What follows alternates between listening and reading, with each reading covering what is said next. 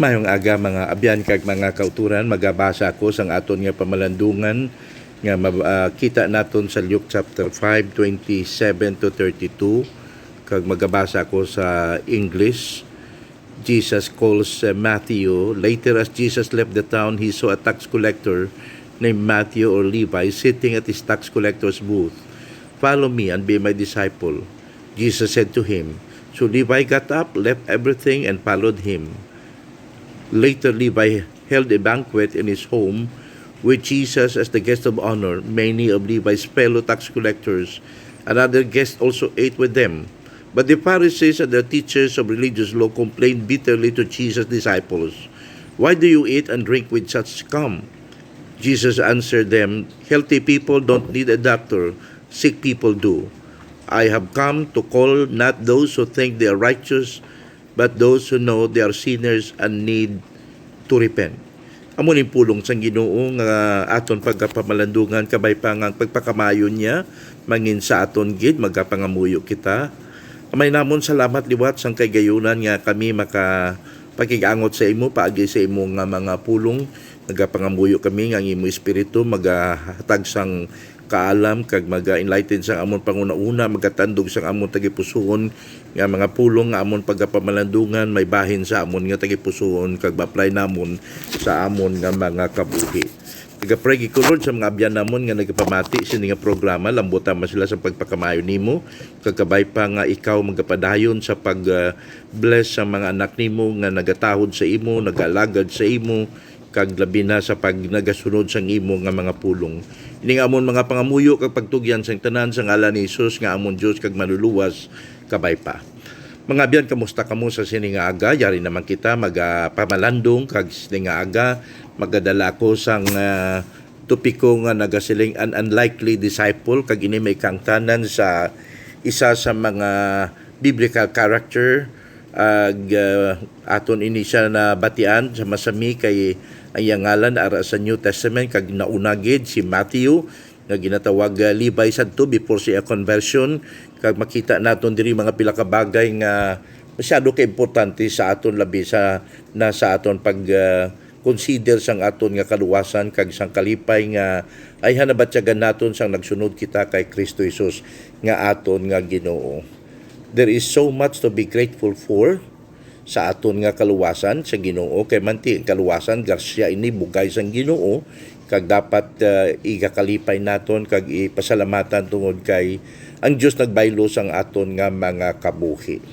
Kag isa sini diri nga unlikely nga conversion o kon disciple si Matthew kay man kabalo naman kita sang iyang background sini. Isa siya ka tax collector kag samtang nagapungko sa gapaabot sa mga tawo nga magabayad sang ilabuhi sa Roman government.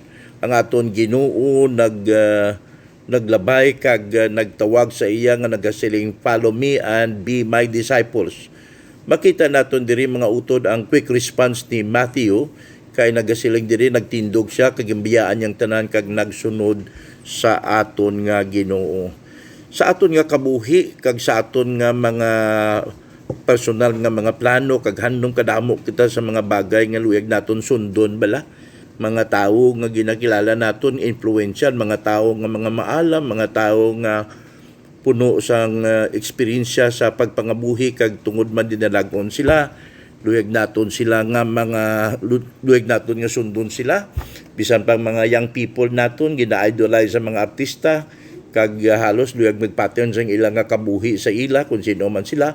Pero mga utod ko may isa pa kabutang nga dapat i-pattern nato ng aton kabuhi kag mangin basihan sang aton kag foundation sang aton nga pagpangabuhi wala sang iban kundi ang aton Ginoong Hesukristo. Kag si Matthew nakita ko diri nga although maayo na ang iyang nga trabaho, maayong iya kita, stable, pero may mga bagay nga ay naintindihan niya hindi sapat o kun husto na o kun balasihan na sang tanan nga yara sa iya kay pagpanawag sang Ginoo siya pag-invite sa iya wadasig siya nga nagtindog kag nagbiya sang iya nga source of livelihood nga mo ang tax collecting no pag or tax collection amo ang pagtipon sa mga buhis, pagpanukot sa mga buhis, kag masiling ang aton Ginoo niya, come and follow me. Kag nagasiling ang kasulatan nga nagtindog siya kag nagsunod sa aton nga Ginoo. So una makita naton diri mga kauturan ang ginatawag nga the power of Christ calling grace, no? Christ calling grace, no? Grasya sang Ginoong Kristo nga nagatawag sa tawo nga mangin iya sumulunod. Maka-imagine ka balabyan sa sining aga sa nagapamati ka kung itungod sa grasya sang Ginoo nga nagtawag sa imo, nagbaylo sa imo. Kag ini real ini sa mga tao nga may mga ahara nga ginatawag conversion experience, no? Ay iban sa aton nagkristohanon no tungod kay ginikanan ta kristohanon po sa mga tao nga sadto sang unang background do kangay kay Mateo nga nagakabig nga siya isa ka makasasala.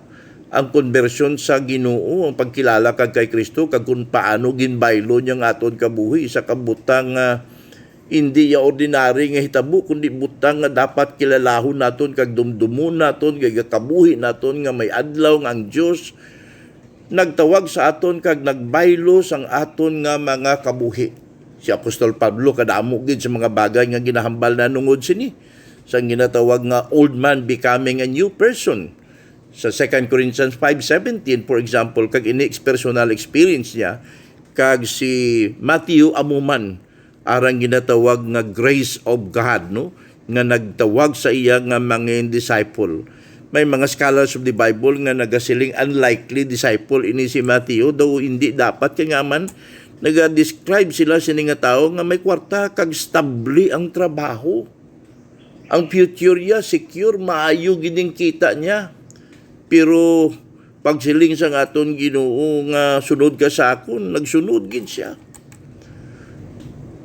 Nagregret siya sa iya nga pagsunod sa Ginoo. Mga utod siya pusto si Matthew nangin isa ka influential nga disciple sa aton Ginoo sa bagay nga wala kita knowledge kay Kristo kundi tungod sa iya nga nagsulat sila ni Lucas, no, nanungod sang pagkatao sa aton Ginoo kag kadamo gid sa mga bagay nga natabo sa sining kabuhi sining isa ka manugsukot sa buhis nga kung aton talupang doon mga kauturan siguro maka-identify man kita sang aton nga mga kaugalingon. When Jesus called him, he at once left all, rose up, followed Christ, and became a disciple.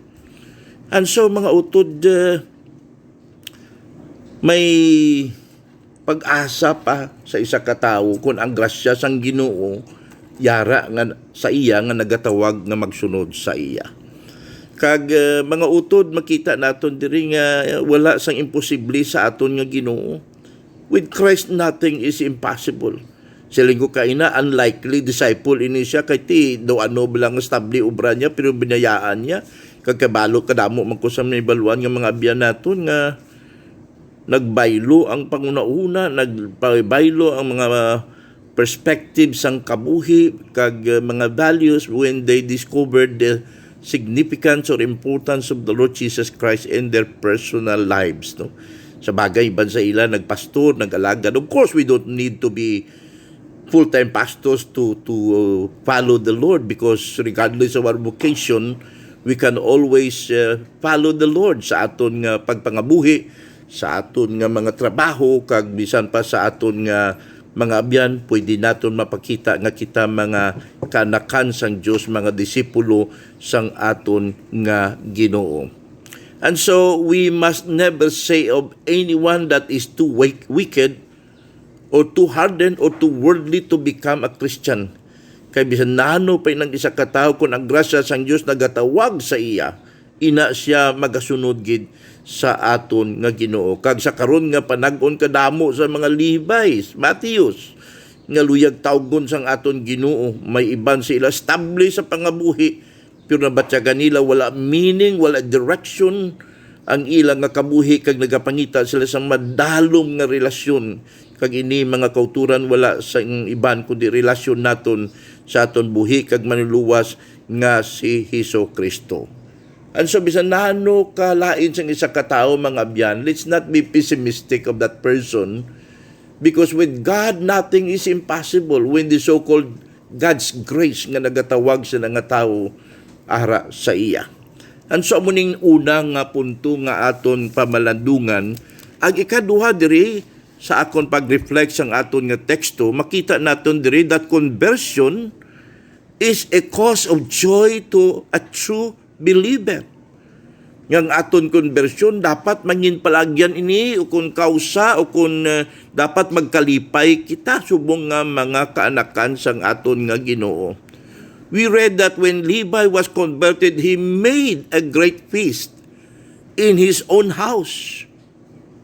And a feast is made for laughter and merriment. Ecclesiastes chapter 10 verse 19. Kag kabig ni Matthew ang pagbaylo sa iyo ko galingon as an occasion of rejoicing. And so he wished others to rejoice with him. That's why naghiwat siya sang isa ka sinalo-salo with Jesus Christ as his honored guest. Now what I'm saying, my friends, is this, no? Nga aton bala nga conversion experience kung sa ginay-take for granted lang naton kag daw kasi lang kita nga ara kita kay Kristo pero daw hindi makita ang kalipay. Do kasubo kita, nagakapangasubo kita permi, nahadlo kita permi, labi na sining period ng pandemic, nga halos daw nagapraning ang iban sa aton. Pero mga kauturan, si Matthew diri after his conversion, ini nanging palagyan sang iya nga pag-imbitar sa aton Ginoo kay nalipay gid siya nga ginluwa sa sang Ginoo. Kag makita naton diri mga utod nga kun ara kita kay Kristo dapat may kalipay kita. Kag dumdumon naton ang adlaw nga sa diin ang Dios nagbaylo sang aton nga kabuhi, and it reminded me of my personal experience. Way back in October 1973, I was a student at LaSalle College back then when I felt the call of God to follow Him in water baptism. And so I did follow the Lord. And from then on, by God's grace, nagapadayon, although nga di magkita perfecto, may mga bagay nga after you are baptized, may mga temptations kung kaisa nagakasandad magkita, pero gabalik kita sa Ginoo.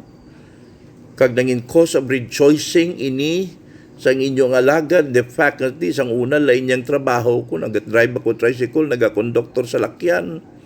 But by God's grace, He saved me. Kag nalipay gid ako nga nangin alagad sang aton nga Ginoo. Since 1975 when I gave my life to Jesus up to the present time.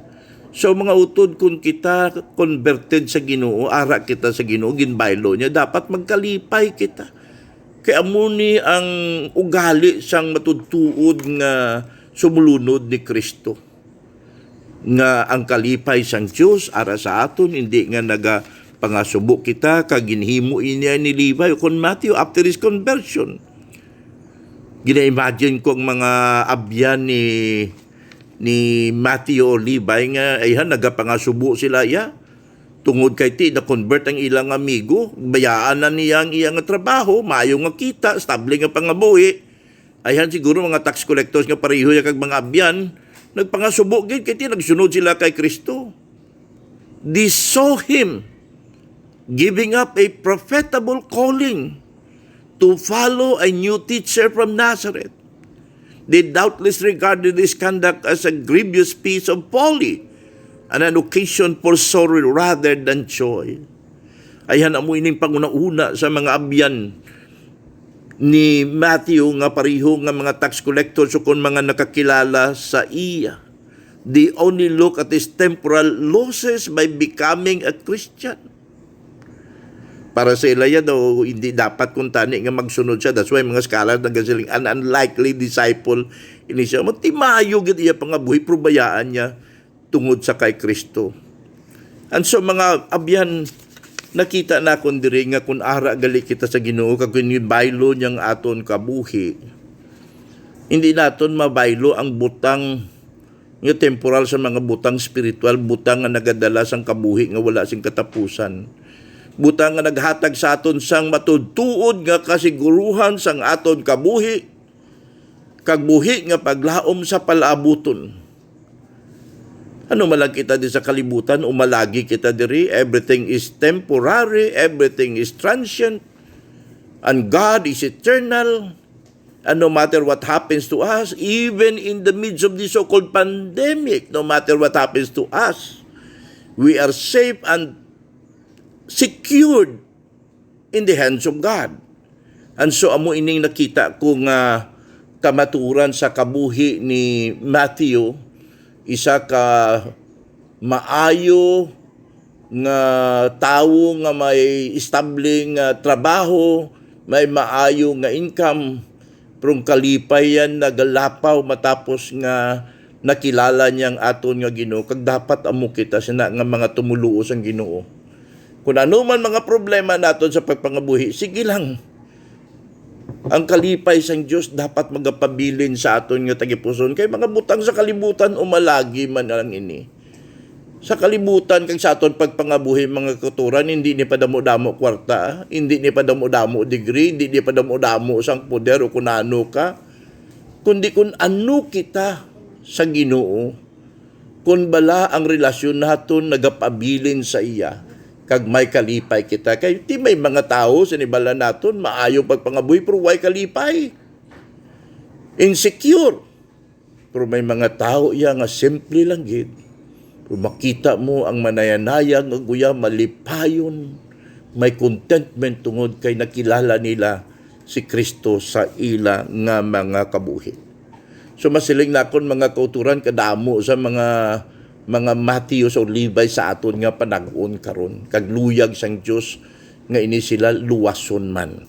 Kag ang ikatatlo diri nga aton mapamalandungan based sa aton nga text diri sa Matthew chapter 5, 22 to 27 to 32, among si Matthew matapos ang iya kang conversion, wala na siya sang iban nga handom kundi ma-promote man ang conversion para sa iban nga mga kilala kag mga abyan. We are taught thirdly in this passage that converted souls desire to promote the conversion of others.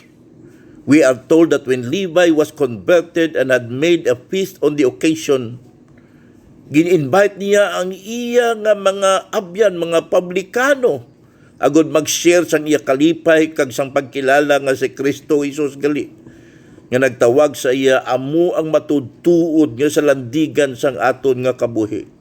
And most probably these men were his old friends and companions.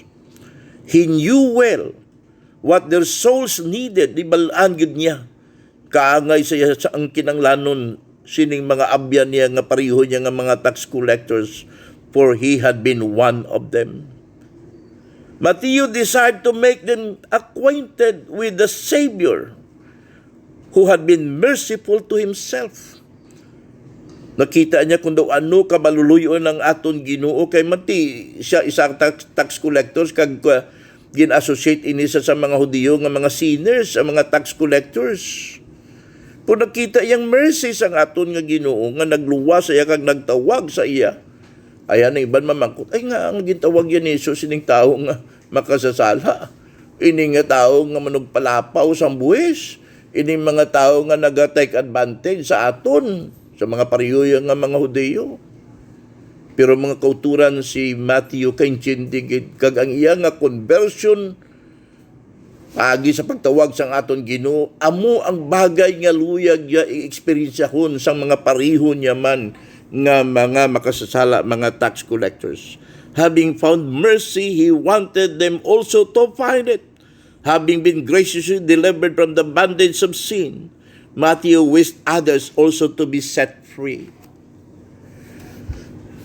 Gina-imagine ko ang kaimtangan ni Matthew kay mati isa sa Hudiyo nag-obra sa Roman government kag sa mga Hudiyo ya kwan ini traidor ini ya nga kwan traitor kaya hindi ka pareho sa mga Hudiyo nga luyag hindi magsunod sang pagdumalahan kag magpaidalom sa gahom sang Roma.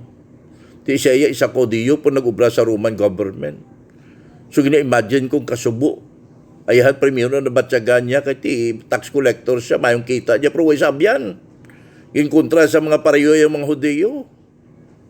Pero by the grace of God, in spite sa mga pagpakalain sa iya, sa mga pareho yang mga Hudiyo, nga daw hindi makapatis ang iya nga pagka-disloyal sa ilang pungsod. Nag-ubra sa gobyerno, sa Romano, pero ang Ginoo nagtawag sa iya, kag nakita niya mas higher ini, nga calling ang panawagan sang Ginoo sa iya sa kaluwasan. And so this feeling of Matthew will always be the feeling of a true Christian. Kung matutuod kita nga mga Kristohanon, dapat kung ano ang ginhimo sang Diyos sa aton, dapat himuon man naton para sa iban. Agud sila makaaguman sang ginatawag kalipay, sang ginatawag converted life, kaangay ni Matthew. Kamuni ko nga ang misyon nato nagapadayon, kay manti ko naluwas kita, dapat i-share naton ang burden of salvation by sharing the word of God to others who are lost. Kagkadamo din sila subong kung nga ang kagamus ang aton kalibutan, kagamus ang aton pungsod, wala untat ang crime, wala untat ang problema, way labot sang pandemic subong nga nag-atake sa aton, kagkadamo nagkalamatay na. Sige sa gihapon, nagapadayon ang kalautan sa aton nga sosyedad nga aman. Ang tao wala sang ginatawag experience of a genuine conversion in Christ. Hindi kaangay sa kay Matthew nga ginbayaan yang tanan, nagtindog kag nagsunod sa panawagan sang aton nga Ginoo. Earlier I made mention nga hindi kinanglan nga magpastors kig ikaw, misyonera ikaw, kung mangin religious ka nga nagsulod sa seminaryo, because regardless of our profession, whatever it is, amo ng calling naton, amo ng vocation naton, himuon tang maayo nga sa diin gina-reflect naton ang mensahe kag kabubuton sa Ginoo sa aton nga mga kabuhi. Ang katapusan diri mga kauturan, makita naton diri sa mga pulong nga ginhambal sang aton Ginoo, kag sa verse 31, sila isang aton Ginoo, healthy people don't need a doctor, sick people do. I have come to call not those who think they're righteous, but those who know they're sinners and need to repent. We are taught, lastly, in this passage, one of the chief objects of Christ coming into the world. Kag ano ini ang chief objects of Christ coming into the world? Siling niya, I came not to call the righteous, but sinners to repentance. Repentance. Amo ini ang tinutuyo ko nga si Kristo nagkari sa kalibutan. Agod ang tao magabalik sa iya nga may paghinulsol. Kag kung ang tao may paghinulsol lang sa isala, kag nagakabuhi siya sa kabubuton sang Ginoo, ina nga tao pakamayuhon gid sang Ginoo. May mga tao yang bisan nakasala sila daw baliwala lang.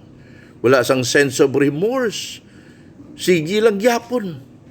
Kag ang ila pag-intindi sang confession of sins, was makakonfess sila sa isa ka religious leader, tapos na, pwede naman sila kabalik. Pagkatapos, kahit confess mong sala, ng Diyos mapatawad yapon, pwede mo ina. Because when we think of confession, my friends, it means total change of heart. Kag dapat may matutuod nga pagbaylo sang aton nga kabuhi, kag sang aton nga mga ugali. Kag amo ini ang dapat himuon naton samtang kabuhi kita nga ang Ginoo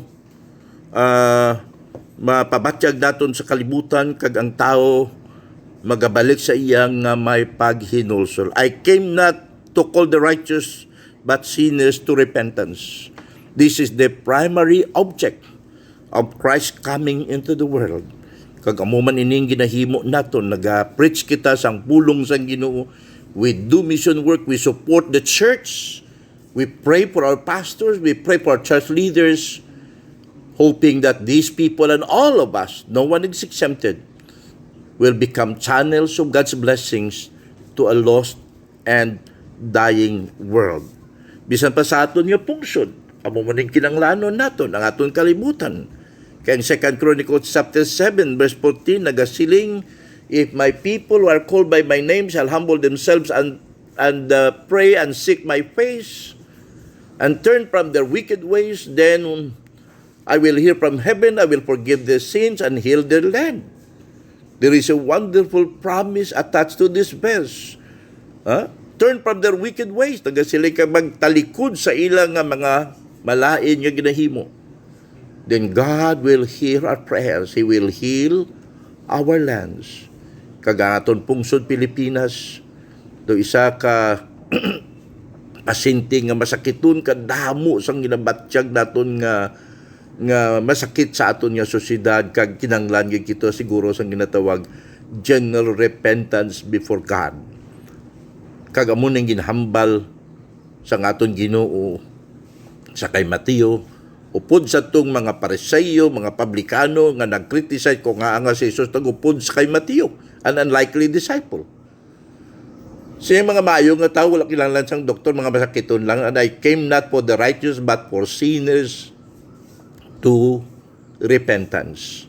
Amo ni mensahe nga padayunon naton, part sa aton nga commitment, part sa aton nga vision, nga mga abyan naton, mga parintin naton, nga wala pa kay Kristo, madala naton sila sa saving grace of our Lord and Savior Jesus Christ.